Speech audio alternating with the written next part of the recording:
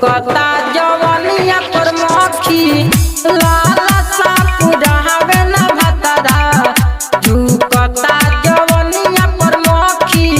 लाला सा पुरावे न भतरा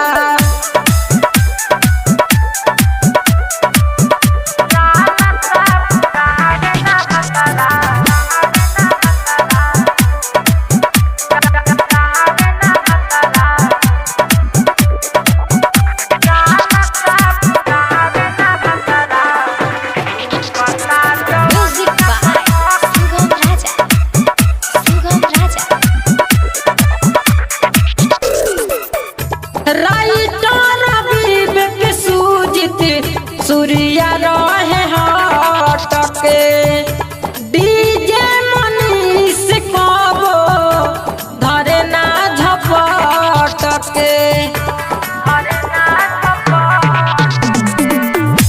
राइटर विवेक सूजित सूर्या रहे हटके डीजे मनीष कबो धरे ना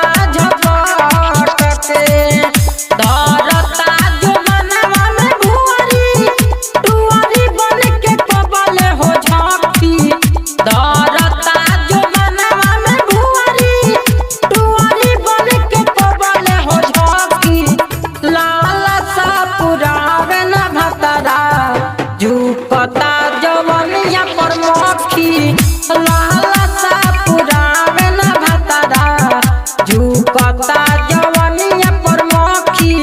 लाला सा पुरावे न भतरा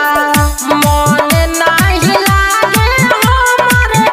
पिया के अंगनाए सखी मन नाही लागे हमरे पिया के अंगनाए सखी लाला सा पुरावे न भतरा